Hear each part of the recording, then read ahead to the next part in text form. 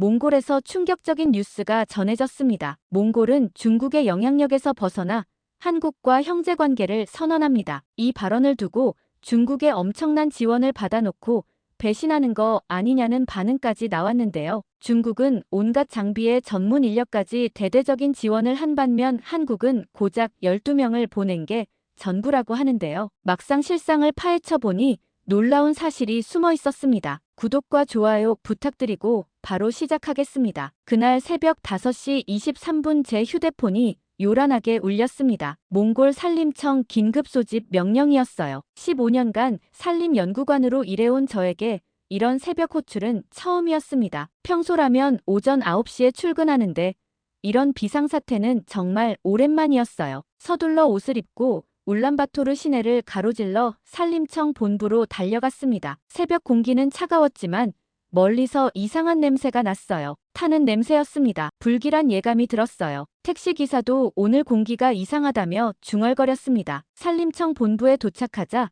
평소와는 완전히 다른 분위기였어요. 직원들이 분주하게 뛰어다니고 있었고 전화벨이 끊임없이 울리고 있었습니다. 엘리베이터를 타고 5층 회의실로 올라가는 동안 가슴이 두근거렸어요. 회의실 문을 열자 충격적인 화면이 눈에 들어왔습니다. 대형 스크린에는 위성 영상이 실시간으로 송출되고 있었어요. 동부 초원 지역에서 시작된 대규모 산불이 러시아 접경 지역까지 확산되고 있었습니다. 붉은 점들이 마치 살아있는 생물처럼 번져나가고 있었어요. 저는 온몸에 소름이 돋았습니다. 15년간 몽골의 산림을 연구해온 저에게 이런 광경은 악몽 그 자체였어요. 화면 속 화재 확산 속도는 제가 지금까지 본 어떤 사례보다도 빨랐습니다. 바람의 방향과 강도가 최악의 조건이었어요. 가장 충격적인 건 화재 확산 지역 중 하나가 제 고향 아르반드 마을 근처였다는 사실이었습니다. 어머니가 혼자 살고 계신 그곳이 직접적인 위험에 처해 있었어요. 화면 속 붉은 점이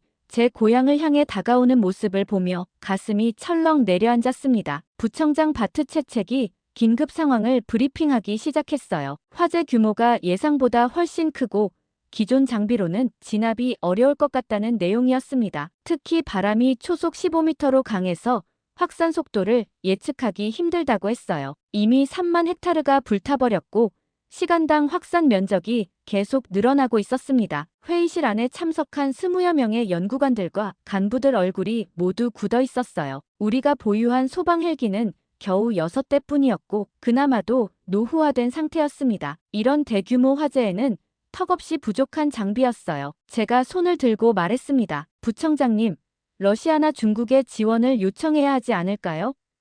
바트채책 부청장이 고개를 끄덕이며 답했어요. 이미 검토 중입니다. 하지만 요구하는 절차가 복잡해서 시간이 걸릴 것 같습니다. 그때 놀라운 소식이 전해졌습니다. 오전 8시경 한국 대사관에서 구조 지원을 제안해왔다는 것이었어요. 위성 기반 산불 진화 장비와 최첨단 드론을 무상으로 파견할 수 있다고 했습니다. 제 가슴이 뛰었어요. 한국의 산불 진화 기술은 세계적으로 유명했거든요. 동료들 얼굴에도 희망이 번졌습니다. 한국은 최근 몇 년간 AI를 활용한 산불 예측 시스템과 무인 드론을 이용한 진화 기술을 개발했다고 들었어요. 이미 한국 산림청에서는 특수 진화 장비들이 대기 상태에 있다고 했습니다. 언제든지 출동할 준비가 완료되어 있다는 말이었어요. 저는 속으로 안도의 한숨을 쉬었습니다. 어머니를 구할 수 있을 것 같았어요.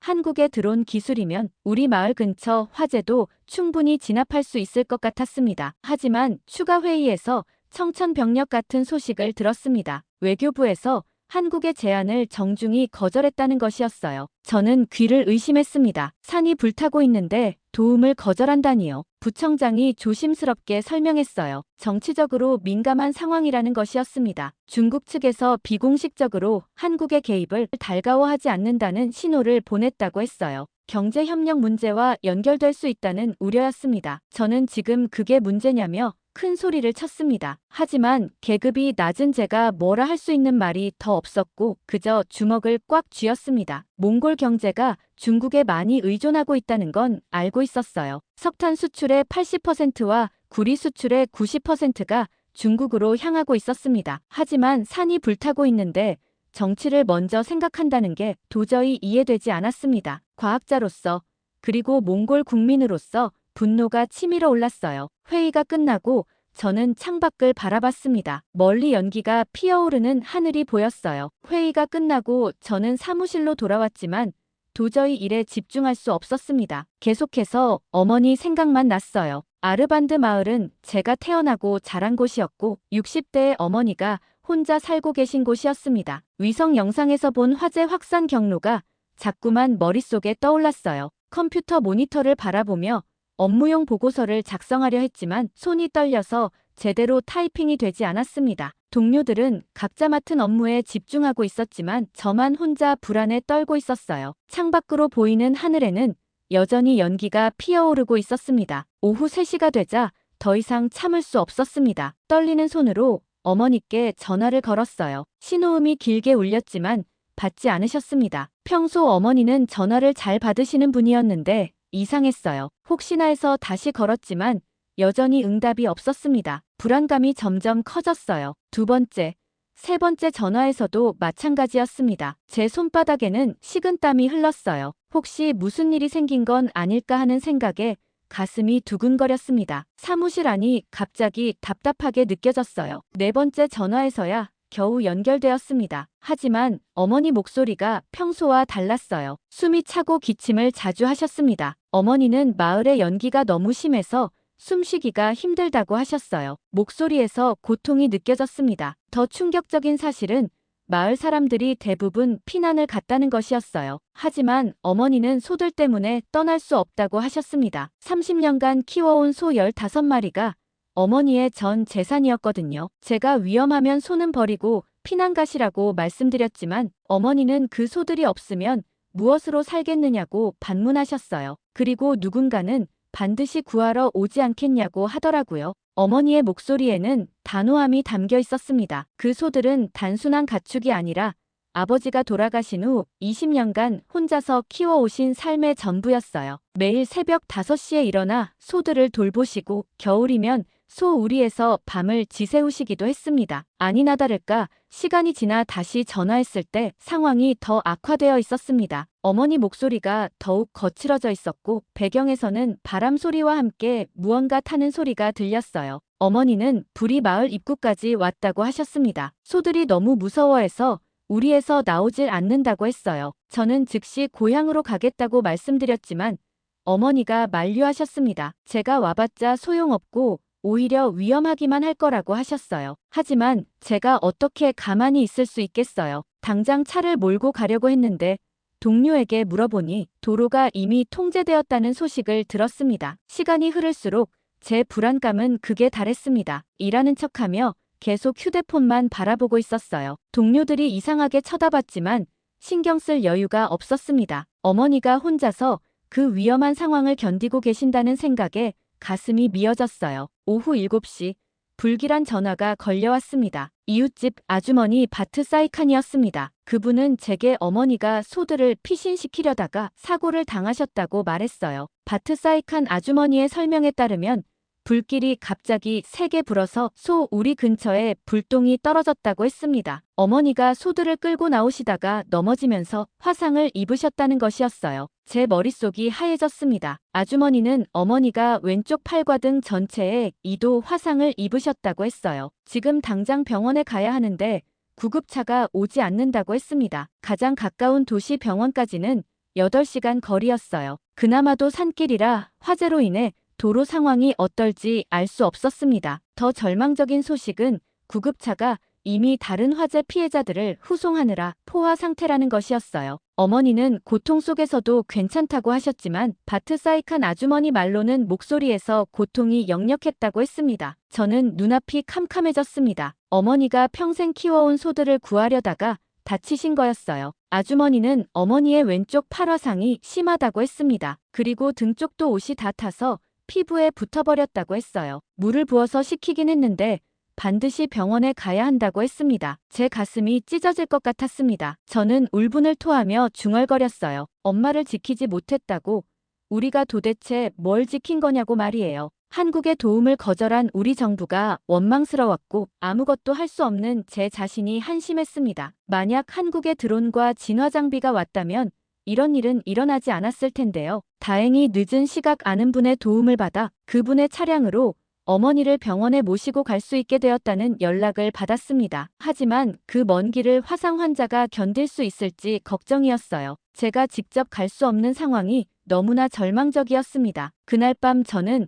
숙직실에서 한잠도 자지 못했습니다. 어머니의 고통스러운 모습이 계속 머릿속에 떠올랐어요. 다음날 오전 저는 동료들과 함께 긴급 대책회의에 참석했습니다. 어머니 소식에 밤새 잠을 이루지 못한 저는 눈이 퀭하니 들어가 있었어요. 하지만 개인적인 걱정보다는 몽골 전체의 위기 상황이 더 심각했습니다. 회의실에 모인 산림청 간부들과 연구관들의 얼굴은 모두 어두웠어요. 밤사이 화재가 더욱 확산되어 피해 규모가 예상보다 훨씬 커졌다는 보고가 들어왔습니다. 이미 10만 헥타르가 불타버렸고 수백 명의 이재민이 발생했어요. 부청장 바트채책이 긴급 상황을 브리핑했습니다. 정부에서 국제사회에 구조 요청을 보냈다고 했어요. 미국과 유럽연합도 중국 그리고 러시아 등 주요국들의 긴급 지원을 요청했다는 것이었습니다. 저는 마음속으로 한국도 포함되었기를 바랐어요. 하지만 각국의 반응은 실망스러웠습니다. 러시아는 자국 쪽도 화재 피해가 있어서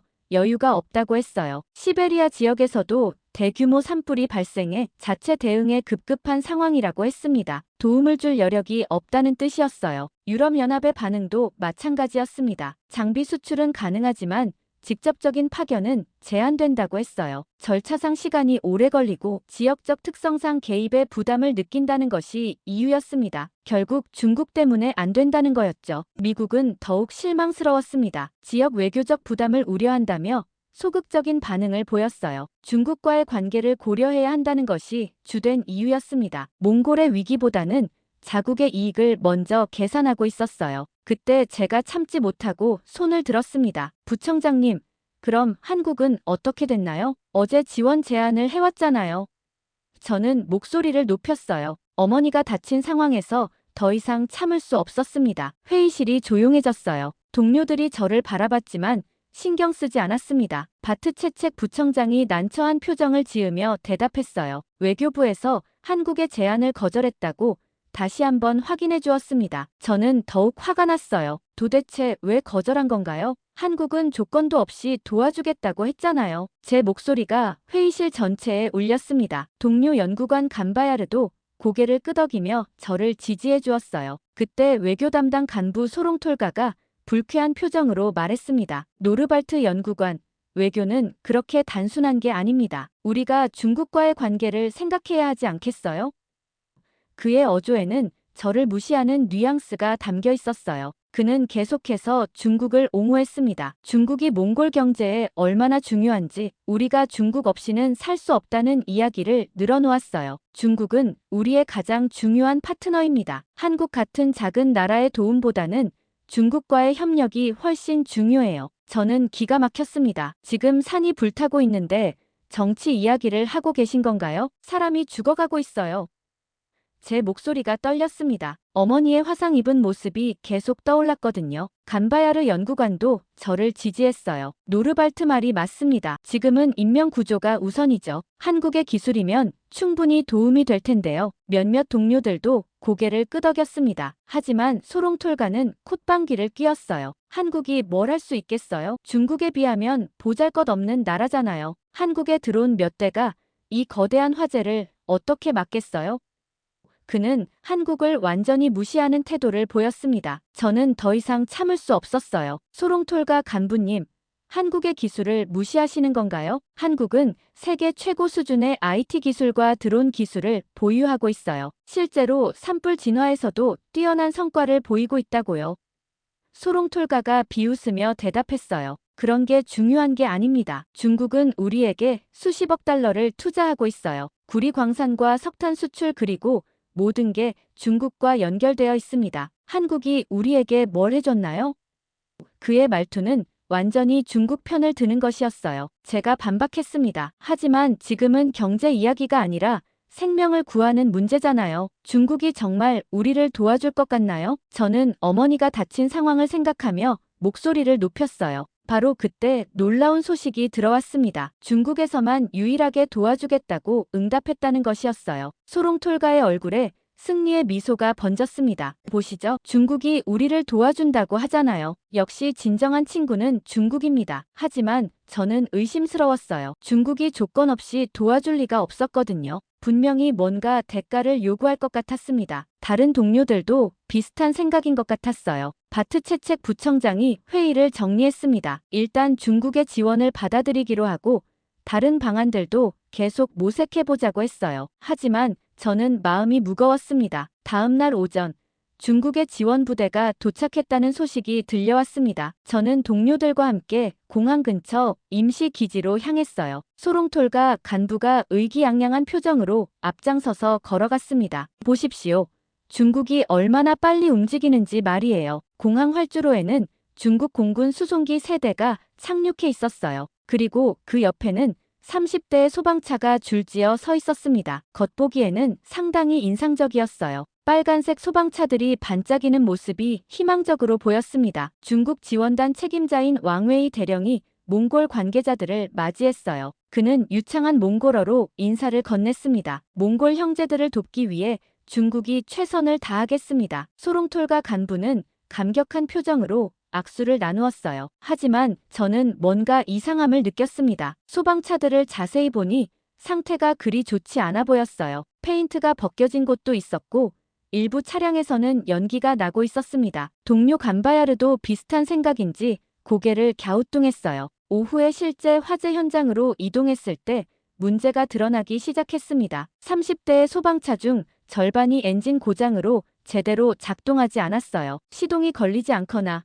걸려도 금세 멈춰버렸습니다. 중국 기술자들이 부랴부랴 수리를 시도했지만 쉽지 않아 보였어요. 더 큰 문제는 소방 호스였습니다. 물을 분사하자 여러 곳에서 호스가 터지거나 연결 부위가 빠져버렸어요. 압력을 견디지 못하는 낡은 호스들이었습니다. 물이 제대로 나가지 않으니 진화 작업이 불가능했어요. 가장 심각한 건 물탱크 문제였습니다. 대부분의 소방차에서 물이 새고 있었어요. 노후된 탱크에 균열이 생겨서 물을 채워도 금세 비어버렸습니다. 한 대는 물탱크 바닥에 구멍이 뚫려 있어서 아예 사용할 수 없었어요. 저는 씁쓸한 마음으로 중얼거렸습니다. 도와준다더니 쓰레기를 준 건가요?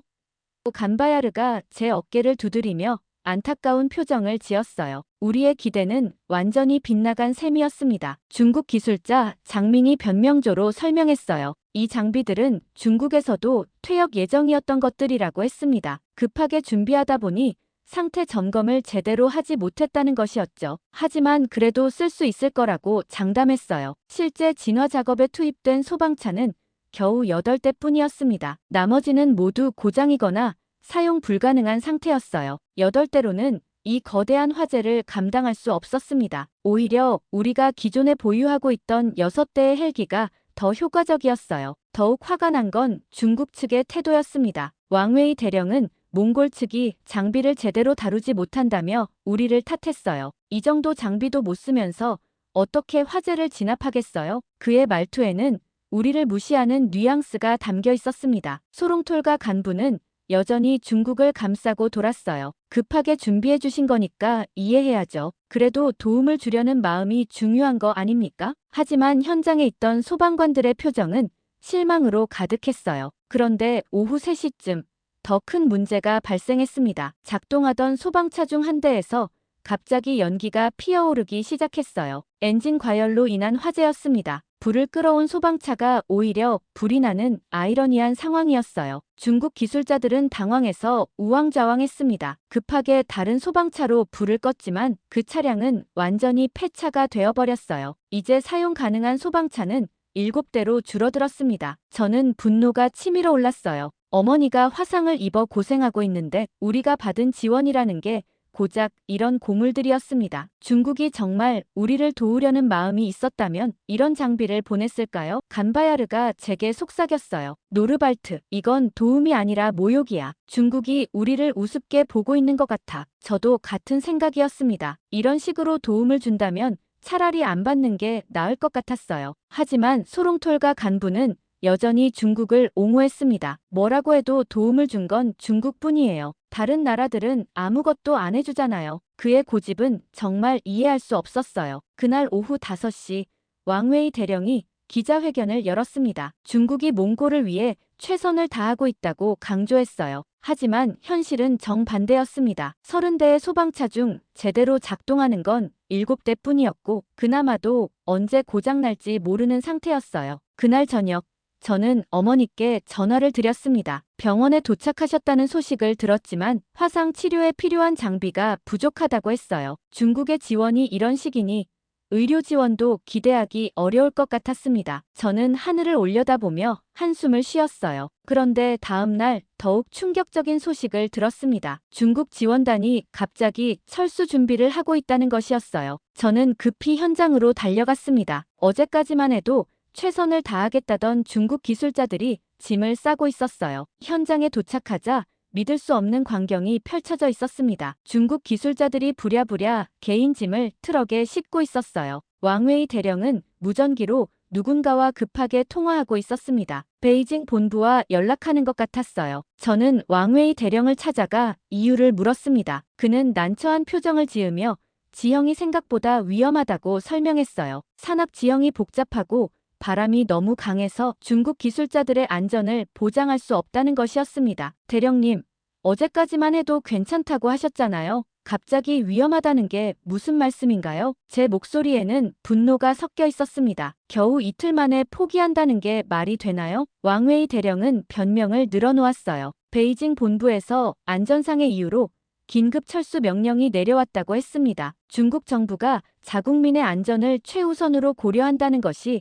공식적인 이유였어요. 하지만 저는 이게 핑계라는 걸 직감적으로 알 수 있었습니다. 더 황당한 건 장비 철수 과정이었어요. 중국 측은 고장난 소방차 20세대를 모두 가져가려고 했습니다. 애초에 쓸모없는 장비를 가져왔으면서 이제 와서 회수하겠다는 것이었어요. 이 장비들은 중국 재산입니다. 반납해야 합니다. 저는 어이가 없었어요. 대령님, 그 차들은 모두 고장나서 쓸 수 없잖아요. 가져가서 뭐 하시려고요?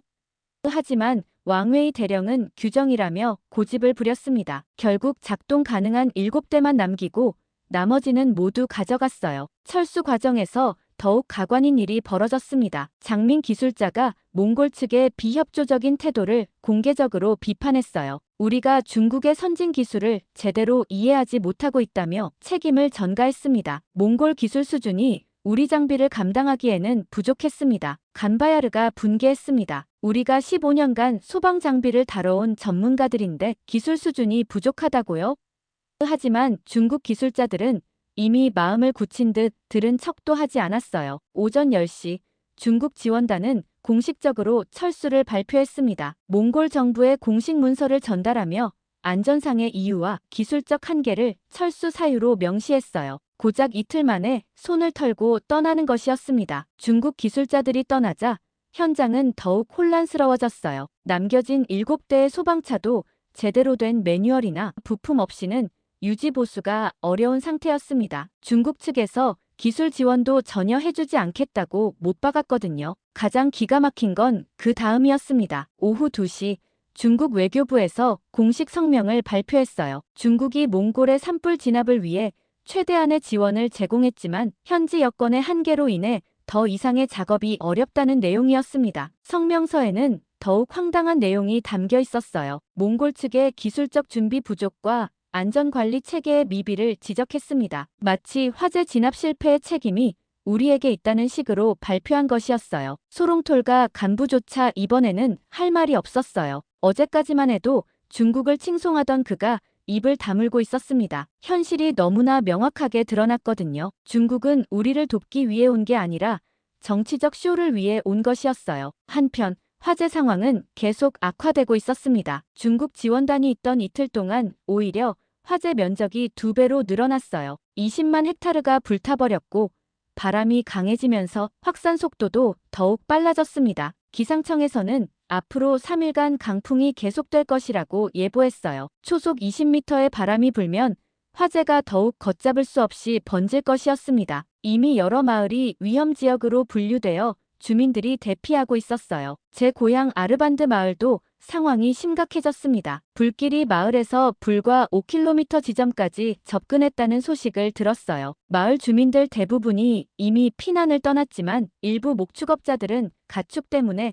끝까지 버티고 있었습니다. 더욱 걱정스러운 건 어머니 상태였어요. 오후에 병원에서 연락이 왔습니다. 어머니의 화상 부위에 감염 증세가 나타나고 있다는 것이었어요. 왼쪽 팔의 2도 화상 부위가 굼기 시작했고 등 쪽 화상도 회복이 더뎠습니다. 의사 선생님은 전문적인 화상 치료 장비가 필요하다고 했어요. 하지만 몽골의 지방병원에는 그런 장비가 없었습니다. 울란바토르의 대학병원으로 옮겨야 한다고 했지만 어머니 상태로는 장거리 이동이 위험했어요. 노르발트야, 내 어머니 열이 38도까지 올랐어. 감염이 심해지면 폐혈증으로 이어질 수 있다고 해. 바트사이칸 아주머니의 전화를 받고 제 가슴이 철렁 내려앉았습니다. 어머니는 의식이 흐릿해지기 시작했어요. 고통 때문에 제대로 잠을 못 주무시고 식사도 거의 하지 못하셨습니다. 화상으로 인한 탈수 증상까지 나타나고 있었어요. 하루가 다르게 쇠약해져 가시는 어머니를 생각하니 마음이 찢어질 것 같았습니다. 그날 밤 저는 병원에 전화를 걸어 어머니 상태를 확인했어요. 담당 의사는 솔직하게 말했습니다. 지금 상태로는 전문 화상센터에서 치료받지 않으면 위험할 수 있습니다. 하지만 여기서는 할 수 있는 게 한계가 있어요. 저는 절망감에 빠졌습니다. 화재는 계속 번지고 있고 어머니 상태는 악화되고 있는데 도움을 줄 수 있던 중국은 이미 떠나버렸어요. 정말 막막한 상황이었습니다. 그런데 4월 7일 아침 놀라운 소식이 들려왔습니다. 한국 대사관에서 다시 한번 지원을 제안해왔다는 것이었어요. 저는 가슴이 뛰었습니다. 중국의 실망스러운 철수 이후 마지막 희망처럼 느껴졌거든요. 박민철 공사가 직접 몽골 총리실에 연락을 했다고 했어요. 한국이 보유한 최첨단 드론 시스템과 AI 기반 화재 예측 장비를 즉시 파견할 수 있다는 내용이었습니다. 심지어 의료진까지 함께 보내겠다고 제안했어요. 저는 즉시 산림청 내부 긴급회의에 참석했습니다. 회의실 분위기는 중국 철수 이후 침울했지만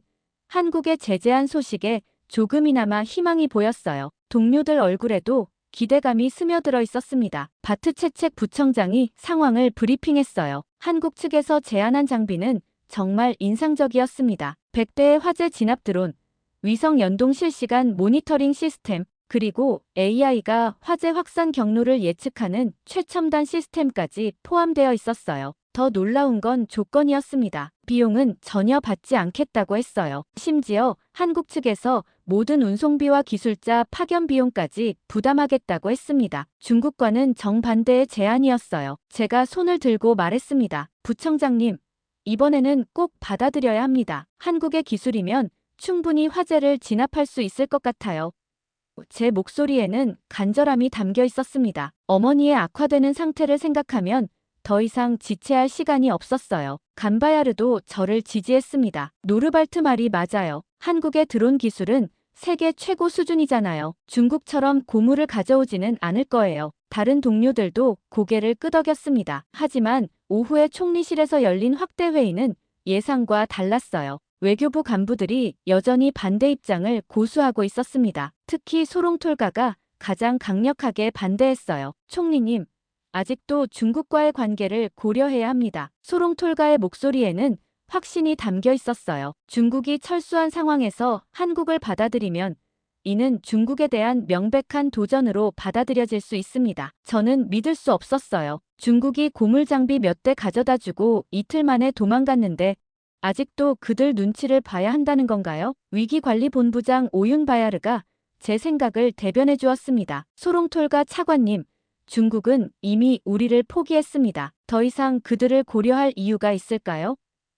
오윤바야르의 말에 회의실이 잠시 조용해졌어요. 현실을 직시하자는 목소리였습니다. 국방부 차관 바트볼드도 한국 지원을 지지했습니다. 지금 상황에서는 생명 구조가 최우선입니다. 한국의 제안을 거절할 이유가 없어 보입니다. 그의 말에 몇몇 참석자들이 고개를 끄덕였어요. 하지만 소롱톨가는 끝까지 반대했습니다. 여러분, 중국 없이는 우리 경제가 돌아가지 않습니다. 구리 수출의 90%, 석탄 수출의 80%가 중국으로 향합니다. 이런 상황에서 중국을 자극하면 경제적 보복이 따를 수 있어요. 제가 산림청 자문위원 자격으로 발언 기회를 요청했습니다. 차관님들, 지금 20만 헥타르가 불타고 있습니다. 매시간 확산되고 있고 수백 명이 대피했어요. 경제도 중요하지만 지금은 사람 목숨이 우선 아닌가요?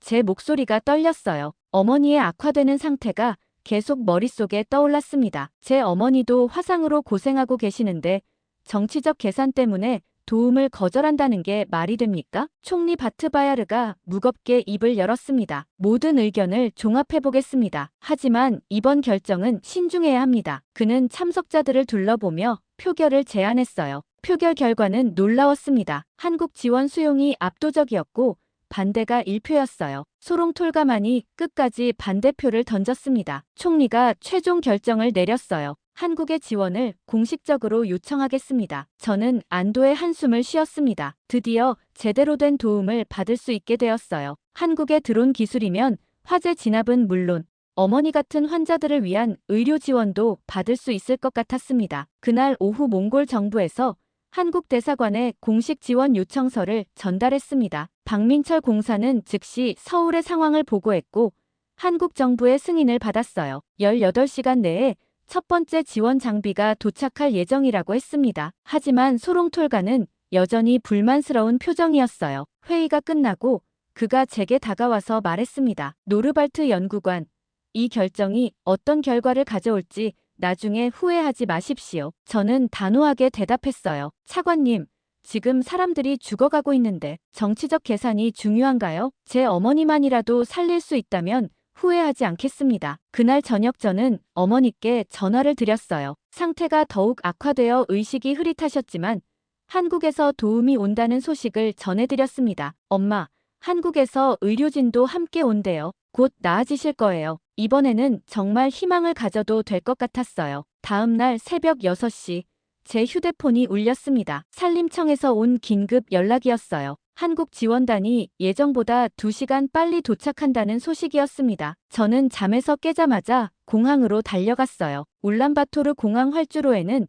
이미 대한항공 화물기 2대가 착륙해 있었습니다. 중국 대와는 완전히 다른 분위기였어요. 한국 지원단은 조용하지만 체계적으로 움직이고 있었습니다. 말보다는 행동이 먼저였어요. 가장 먼저 눈에 들어온 건 드론들이었습니다. 100대의 화재 진압 드론이 컨테이너에서 차례차례 나오고 있었어요. 크기는 생각보다 컸지만 정교하고 세련된 디자인이었습니다. 중국의 낡은 소방차와는 차원이 달랐어요. 한국 산림청 특수구조팀장 김태현 대령이 몽골 관계자들을 맞이했습니다. 그는 유창한 영어로 간단하게 인사를 건넸어요. 몽골 형제들을 돕기 위해 왔습니다. 즉시 작업에 투입하겠습니다. 말이 끝나기도 전에 팀원들은 이미 장비를 점검하고 있었어요. 저는 김태현 대령에게 다가가 인사를 드렸습니다. 대령님, 정말 감사합니다. 저희가 얼마나 절실했는지 모르실 거예요. 김 대령이 저를 바라보며 진지하게 말했어요. 형제의 일입니다. 조건이나 대가 같은 건 생각하지 마세요. 정말 놀라운 건 한국 측의 준비성이었습니다. 단순히 드론만 가져온 게 아니라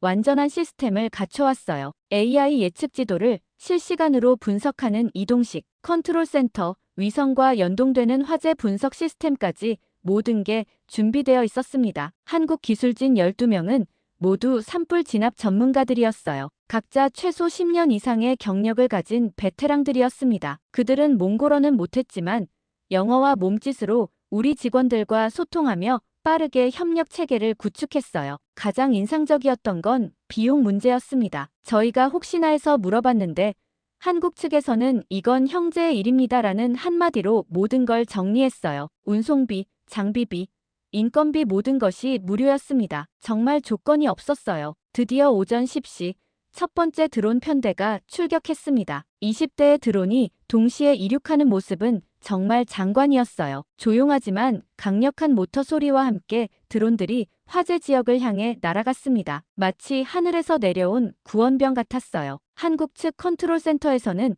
실시간으로 화재 상황이 모니터링되고 있었습니다. AI 시스템이 바람의 방향과 강도, 지형, 식생 상태를 종합 분석해서 최적의 진화 지점을 찾아내고 있었어요. 중국의 무작정식 접근과는 완전히 달랐습니다. 김태현 대령이 저에게 설명해 주었어요. 우리 드론은 단순히 물을 뿌리는 게 아닙니다. AI가 계산한 정확한 지점에 정확한 양의 진화제를 투입해요. 효율성이 기존 방식보다 10배 이상 높습니다. 정말로 그랬어요. 드론들은 화재의 핵심 지점을 정확히 타격하고 있었습니다. 불길이 확산되는 경로를 미리 차단하고 바람의 방향을 고려해서 전략적으로 접근했어요. 마치 살아있는 생물처럼 지능적으로 움직였습니다. 그리고 오후 2시쯤 놀라운 소식이 들려왔습니다. 첫 번째 목표 지역인 동부 산록지대의 화재가 완전히 진압되었다는 것이었어요. 불과 4시간 만의 일이었습니다. 우리가 3일간 못한 일을 한국 드론들이 반나절 만에 해낸 거였어요. 더 놀라운 건 의료 지원이었습니다. 한국에서 온 응급의료팀 8명이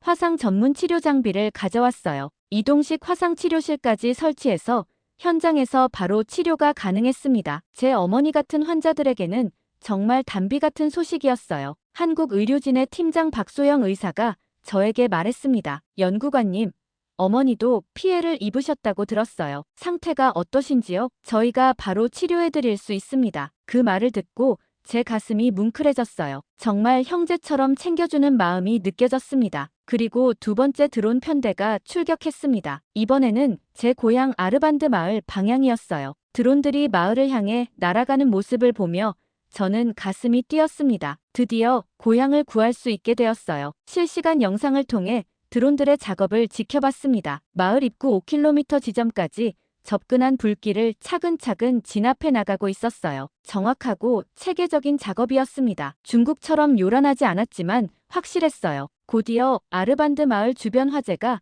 완전히 진압되었다는 것이었어요. 마을이 안전해졌다는 뜻이었습니다. 저는 너무 기뻐서 김태현 대령의 손을 꼭 잡았어요. 대령님, 정말 감사합니다. 제 고향을 구해주셨어요.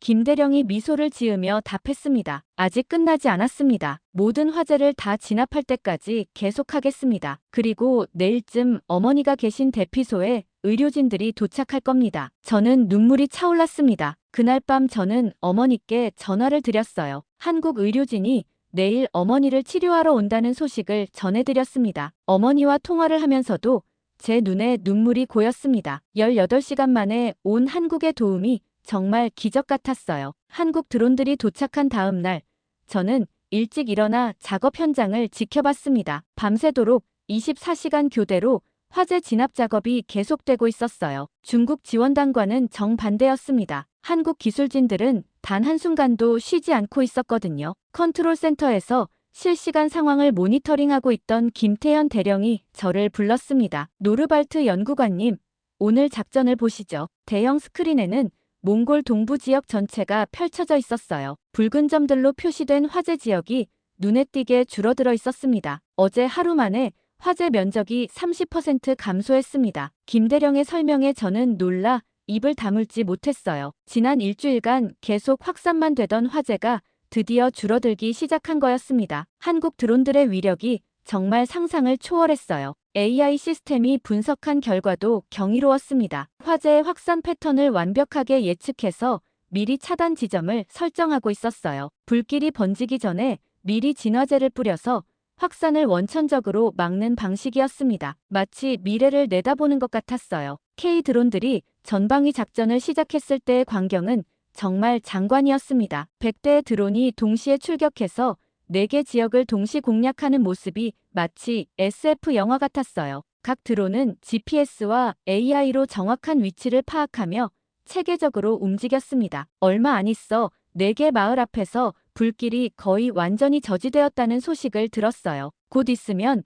수백 명의 주민들이 다시 집으로 돌아갈 수 있게 되었습니다. 제가 가장 기뻤던 건 인명피해가 전혀 없었다는 사실이었습니다. 한국 드론들의 신속한 대응 덕분에 단 한 명의 추가 피해자도 발생하지 않았어요. 중국 지원 당시와는 완전히 대조적이었습니다. 피난민들이 전원 안전하게 대피했다는 소식도 연달아 들려왔어요. 한국 측에서 제공한 실시간 화재 정보 덕분에 대피 경로를 정확하게 설정할 수 있었습니다. AI가 예측한 안전지역으로 모든 주민들이 무사히 피신했어요. 한국 의료진에서 연락이 왔을 때 저는 울음을 터뜨릴 뻔했어요. 어머니 치료 준비가 완료되었다는 소식이었습니다. 박소영 의사가 직접 아르반드 마을 근처 임시의료소로 가서 어머니를 치료하겠다고 했어요. 한국에서 가져온 화상치료 장비는 정말 최첨단이었어요. 레이저를 이용한 무통치료기, 화상 부위 재생을 돕는 특수 약물, 그리고 감염을 완전히 차단하는 밀폐형 치료실까지 모든 게 갖춰져 있었습니다. 몽골에서는 구경도 못 해본 장비들이었어요. 가장 놀라운 건 이 모든 의료 지원도 무료였다는 점이었어요. 박소영 의사가 말했습니다. 연구관님, 치료비 걱정은 하지 마세요. 형제의 어머니를 치료하는 건 당연한 일입니다. 그 말을 듣고 제 눈에 눈물이 주르륵 흘렀어요. 연이어 김태현 대령이 최종 브리핑을 했어요. 내일까지는 모든 화재를 완전히 진압할 수 있을 것 같습니다. 현재 남은 화재는 소규모이고 확산 위험도 거의 없어요. 그 말을 듣고 저는 가슴이 벅차올랐습니다. 그날 밤 저는 아르반드 마을에 있는 바트사이칸 아주머니께 전화를 드렸어요. 한국 의료진이 어머니를 치료했다는 소식을 들었습니다. 노르발트야, 내 어머니가 많이 좋아지셨어. 한국 의사들이 정말 잘해줬다. 마치 천사들이 내려온 것 같았어. 어머니도 전화를 받으셨어요. 목소리가 한결 밝아져 있었습니다. 노르발트야, 한국 사람들이 천사 같더라. 아프지도 않게 치료해줬어. 이제 통증은 가라앉았고 한결 편하단다. 그렇게 한국 드론들의 성공적인 화재 진압 소식이 전 세계로 퍼져나가자 예상치 못한 곳에서 반발이 일어났습니다. 중국이었어요. 저는 아침 뉴스를 보다가 깜짝 놀랐습니다. 중국 관영 매체에서 몽골 상황에 대한 논평을 발표한 거였어요. 중국 환구시보의 사설은 정말 기가 막혔습니다. 한국의 몽골 개입은 지역 안정을 해치는 행위라는 제목이었어요. 기사 내용은 더욱 황당했습니다. 한국이 몽골 내정에 간섭하고 있으며 이는 동북아 평화를 위협하는 일방적 행동이라고 주장했어요. CCTV 뉴스에서는 더 노골적이었습니다. 앵커가 심각한 표정으로 말했어요. 몽골은 제3국의 선동에 휘둘리지 말고 신중한 판단을 해야 합니다. 제3국이라는 건 당연히 한국을 지칭하는 것이었어요. 도움을 준 나라를 선동 세력으로 몰아가다니요. 가장 어이없었던 건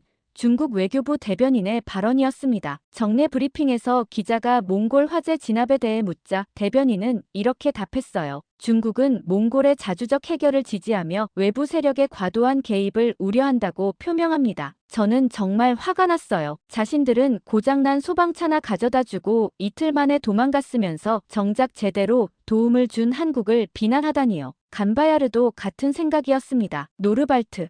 중국이 정말 뻔뻔하다. 자기들은 못 도와주고서 남이 도와주니까 시기하는 거야. 중국의 언론 왜곡은 더욱 심해졌어요. 신화통신에서는 아예 사실을 비틀어서 보도했습니다. 한국의 드론 기술은 아직 검증되지 않은 실험적 단계라고 했어요. 실제로는 완벽하게 화재를 진압했는데도 말이에요. 심지어 중국의 압박은 계속되었습니다. 중국 상무부에서 갑자기 몽골과의 교역 관련 회의를 연기한다고 발표했어요. 구리 수출 계약 협상도 잠정 중단된다고 했습니다. 경제적 보복의 신호탄이었어요. 몽골 정부 내부에서도 동요가 일었습니다. 소롱톨가 간부가 다시 목소리를 높이기 시작했어요. 이것 봐요. 제가 뭐라고 했습니까? 중국이 화를 내고 있잖아요. 그는 한국 지원을 받은 것을 후회한다는 식으로 말했어요. 하지만 바트채책 부청장은 단호했습니다. 소롱톨가 간부님, 중국이 화를 내든 말든 우리 국민의 생명이 먼저입니다. 한국이 실제로 화재를 진압해줬잖아요. 산림청 내부에서는 한국 지지 여론이 압도적이었어요. 일반 국민들의 반응은 더욱 명확했습니다. 몽골 SNS에는 한국을 지지하는 글들이 넘쳐났어요. 중국은 입으로만 도와준다고 하더니 고물만 가져왔다. 한국은 말없이 와서 실제로 불을 꺼줬다는 댓글이 인기를 끌었습니다. 특히 젊은 세대들의 반응이 뜨거웠어요. 한 대학생이 올린 게시글이 화제가 되었습니다. 중국은 우리를 속국으로 보지만 한국은 우리를 형제로 본다. 누가 진짜 친구인지 이제 알겠다. 이 글에 수만 개의 공감이 달렸어요. 아르반드 마을 주민들의 반응도 전해들었습니다. 바트사이칸 아주머니가 전화로 말씀해 주셨어요. 마을 사람들이 모두 한국에 감사하고 있어. 중국 사람들이 뭐라고 하든 상관없다고 해. 실제로 우리를 구해준 건 한국이니까. 그날 저녁 저는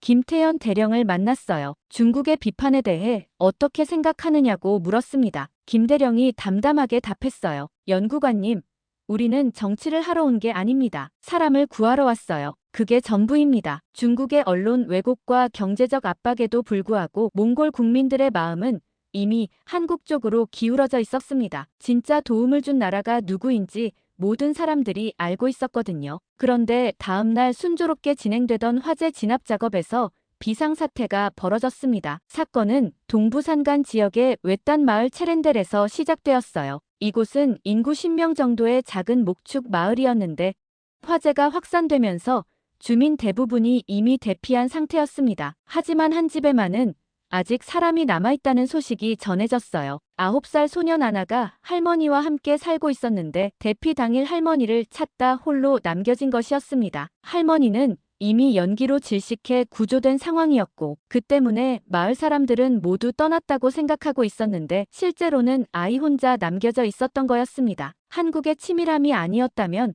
어떻게 됐을지 상상만 해도 끔찍했습니다. 당시 오후 2시경 한국 드론이 체렌델 마을 상공을 정찰 비행하고 있었어요. 이미 대피 완료된 지역이라고 알려져 있었지만 혹시나 해서 열감지 스캔을 돌리고 있었습니다. 그때 드론의 센서가 이상한 신호를 포착했어요. 드론 조종사의 긴급 보고가 상황실에 들어왔어요. 김태현 대령이 즉시 화면을 확대했습니다. 열화상 카메라에는 분명히 인간의 체온 패턴이 나타나고 있었어요. 저는 상황실에서 실시간으로 이 광경을 지켜보고 있었습니다. 화면 속 체온 신호는 작았어요. 성인보다 훨씬 작은 크기였습니다. 저건 아이 같은데요?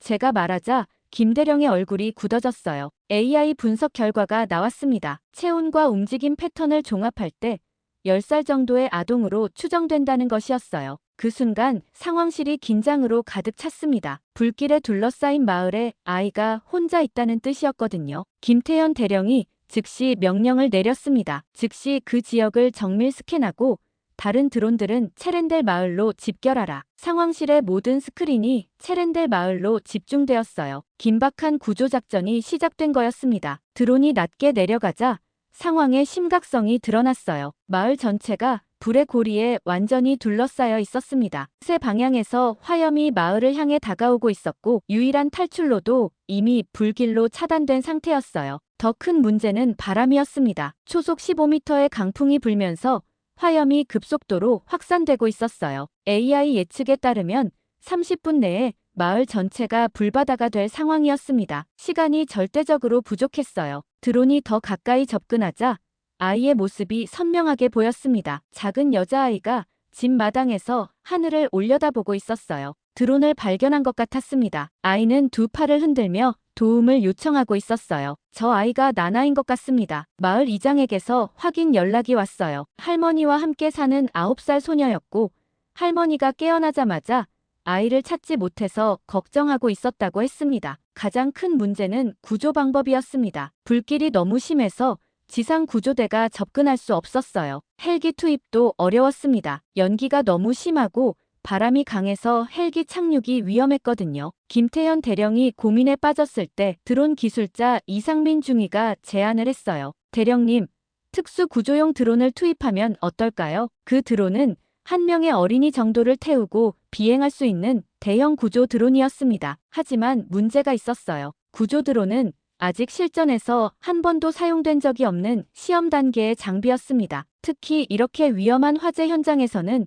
더욱 그랬어요. 실패하면 아이가 더 큰 위험에 빠질 수 있었습니다. 김대령은 잠시 망설였어요. 하지만 다른 방법이 없었습니다. 당장 준비해. 우리가 해봐야겠어. 그의 결단에 모든 팀원들이 움직이기 시작했어요. 생명이 걸린 문제였으니까요. 구조 드론이 준비되는 동안 다른 드론들이 나나와 소통을 시도했어요. 드론에서 몽골어 음성이 송출되었습니다. 나나야, 무서워하지 마. 우리가 너를 구하러 왔어. 잠깐만 기다려. 아이는 드론의 음성을 듣고 고개를 끄덕였어요. 9살이지만 상황을 이해하고 있는 것 같았습니다. 하지만 시간은 계속 흘러가고 있었어요. 불길이 점점 가까워지고 있었고 집 주변에도 불똥이 떨어지기 시작했습니다. 드디어 구조 드론이 이륙했어요. 일반 드론보다 3배 큰 이 거대한 기계가 하늘로 올라가는 모습은 정말 장관이었습니다. 하지만 모든 사람들의 마음은 조마조마했어요. 구조 드론이 화재 지역에 접근하자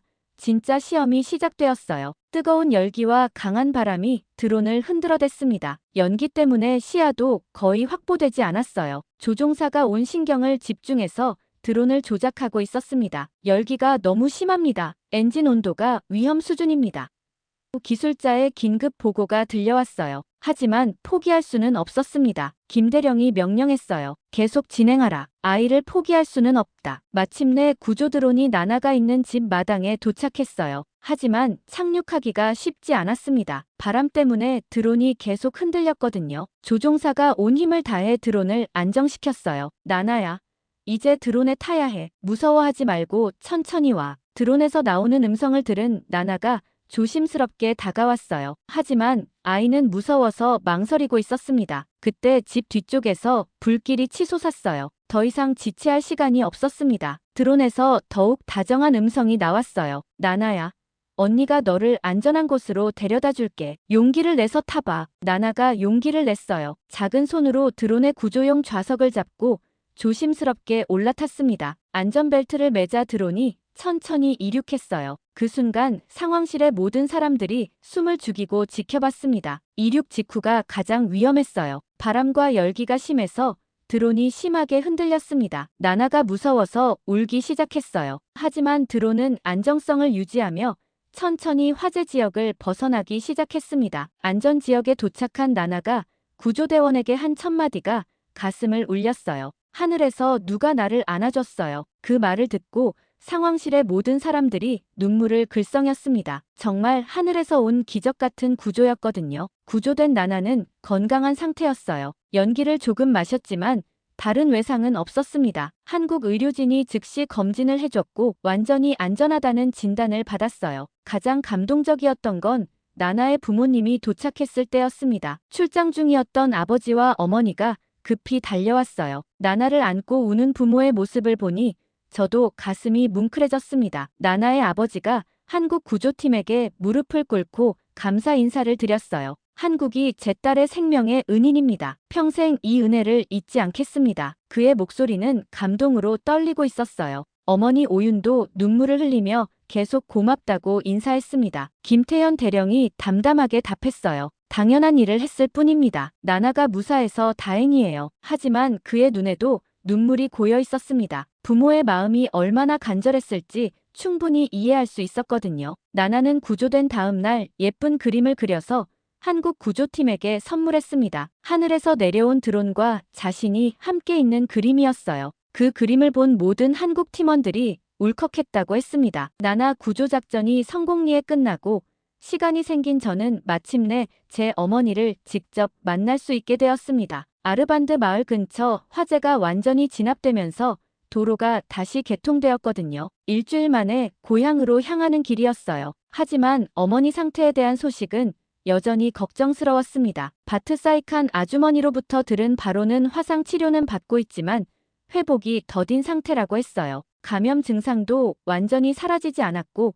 고열이 계속 이어지고 있다고 했습니다. 고향으로 가는 길에서 김태현 대령으로부터 연락을 받았어요. 한국 의료진이 제 어머니를 직접 치료하러 간다는 소식이었습니다. 노르발트 연구관님, 박소영 의사팀이 이미 출발했어요. 곧 어머니님을 뵐 수 있을 겁니다. 제 가슴이 뛰었어요. 한국에서 가져온 최첨단 화상 치료 장비로 어머니를 치료해 주신다니 정말 감사했습니다. 지방 병원의 낡은 장비로는 한계가 있었는데 이제 희망이 보이는 것 같았어요. 아르반드 마을에 도착했을 때 놀라운 광경이 펼쳐져 있었습니다. 한국 의료진이 가져온 이동식 의료시설이 마을 중앙에 설치되어 있었어요. 흰색 모듈형 건물이 마치 미래에서 온 것처럼 보였습니다. 박소영 의사가 저를 맞이해 주었어요. 연구관님, 어머니분 상태를 확인해 봤는데 치료 가능합니다. 걱정하지 마세요. 그녀의 따뜻한 미소에서 진정한 의료진의 마음이 느껴졌어요. 한국에서 가져온 화상 치료 장비는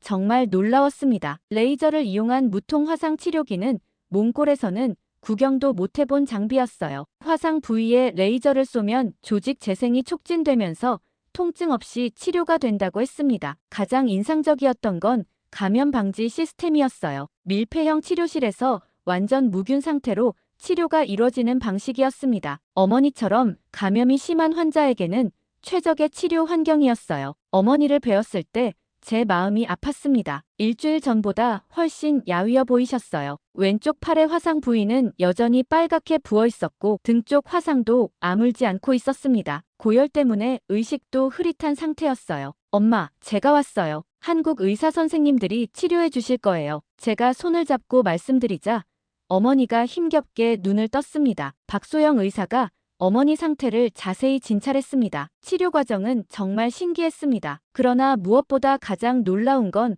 어머니가 치료 중에 전혀 아파하지 않으신다는 것이었어요. 더 감동적이었던 건 한국 의료진의 마음씨였습니다. 박소영 의사는 어머니께 몽골어로 인사를 건넸어요. 미리 공부해온 것 같았습니다. 어머니, 빨리 나으세요. 걱정하지 마세요. 서툰 몽골어였지만 진심이 전해졌어요. 간호사 김지영 씨도 마찬가지였어요. 어머니가 목이 마르시다고 하자 직접 물을 떠다 드렸습니다. 어머니, 많이 드세요. 수분 보충이 중요해요. 마치 친딸처럼 정성스럽게 돌봐주셨어요. 치료 이틀째, 어머니 상태가 급격히 호전되었습니다. 열이 완전히 내렸고 식욕도 돌아왔어요. 그런데 박소영 의사는 치료비에 대해서는 전혀 언급하지 않았어요. 제가 조심스럽게 물어봤더니 이렇게 답했습니다. 연구관님, 형제의 어머니를 치료하는 건 당연한 일이에요. 돈 이야기는 하지 마세요. 그 말을 듣고 제 눈에 눈물이 고였어요. 어머니 역시 한국 의료진들에게 감사 인사를 드렸어요.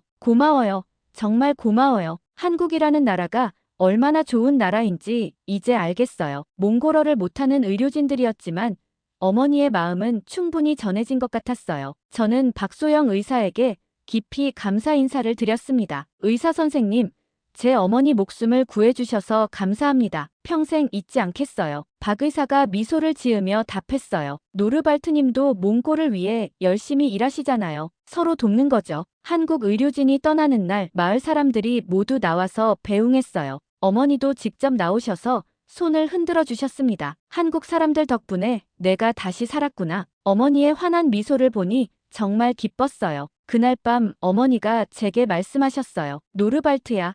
한국이 우리 가족의 은인이야. 너도 나중에 한국을 도울 일이 있으면 꼭 도와드려라. 어머니의 당부를 듣고 저는 마음 깊이 다짐했습니다. 앞으로 저는 무슨 일이 있더라도 한국과 긴밀한 협력을 위해 최선을 다할 예정입니다. 한국인의 의리를 저도 지키려고요.